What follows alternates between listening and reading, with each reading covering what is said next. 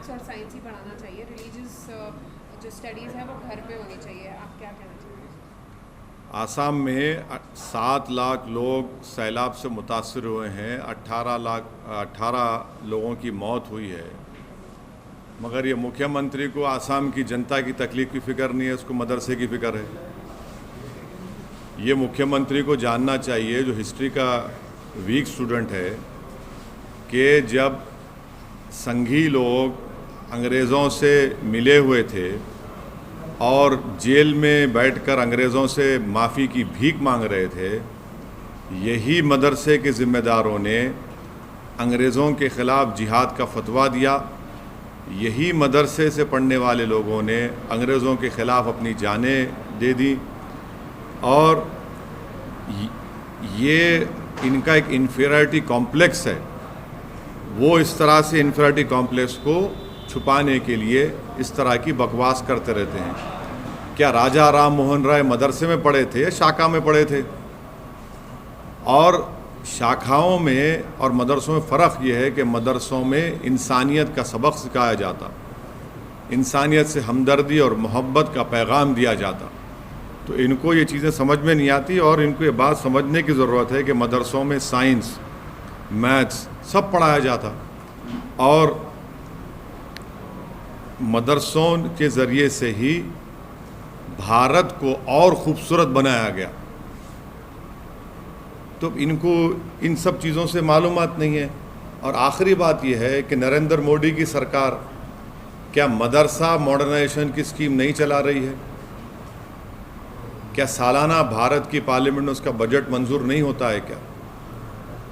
तो इनको सिर्फ मुसलमानों से और इस्लाम से नफ़रत है, ये खुल के आ गया उनकी ज़बान पर।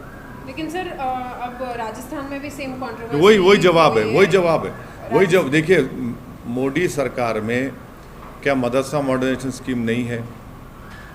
क्या मुख्तार अब्बास नकवी उसके मंत्री नहीं हैं? आप मुसलमानों से, इस्लाम से नफ़रत करते, इसीलिए इस तरह से आप ये अनाप शनाप बकते रहते हैं। सर, आपने ट्वीट किया मुग़लों से भारत के मुसलमानों का कोई रिश्ता नहीं है, लेकिन ये बताओ कि मुग़ल बादशाहों की बीवियाँ कौन थी? और उसके ऊपर अमित मौलवी ने कहा है कि दिस इज क्रॉस सेक्सिज्म।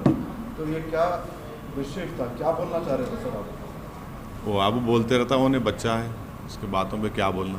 अच्छा, ये ट्वीट के बारे में बताइए सर। क्या पूरी स्पीच है? स्पीच सुनो, समझ में आता। नहीं, ये पर्टिकुलर कोट जो आप आप स्पीच सुनिए।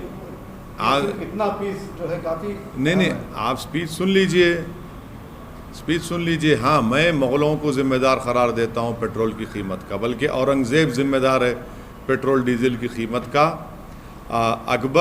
बादशाह अकबर ज़िम्मेदार है कीमतों में इजाफ़ा होने का, और शाहजहाँ ज़िम्मेदार है नौजवानों में बेरोज़गारी का। इसको मानता हूँ। लेकिन सर अब तो पेट्रोल डीजल के दाम कम हो गए। नहीं, वो भी जिम्मेदारी उन पे आ जाती है। मुग़लों की वजह से ये प्रॉब्लम है। औरंगज़ेब की वजह से पेट्रोल की कीमत में इजाफा हो गया, और अकबर की वजह से कीमतें बढ़ गई, बादशाह अकबर की वजह से, और शाहजहाँ की वजह से नौजवान बेरोज़गार। लेकिन प्रधानमंत्री की वजह से पेट्रोल और डीजल के दाम। नहीं, प्रधानमंत्री जिम्मेदारी नहीं है इसकी, मुग़ल जिम्मेदार। Sir, activists like Brinda Adige have said that this is crass sexism and your comment humiliates women. Would you like to respond to that? I don't want to respond. She can listen in a proper way, listen to my complete speech, and then she will find out what I had to say.